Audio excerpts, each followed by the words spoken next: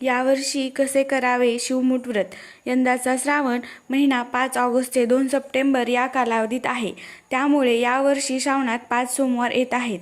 हिंदू पंचांगानुसार पहिल्या सोमवारी तांदूळ, दुसऱ्या सोमवारी तीळ, तिसऱ्या सोमवारी मूग, चौथ्या सोमवारी जवस आणि 5व्या सोमवारी सातू शिवमुठीतून वाहिले जाणार आहेत.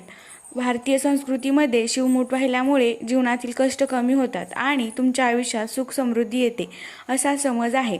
शिवाय भारतीय परंपरेत देण्याचे महत्त्व खूप आहे.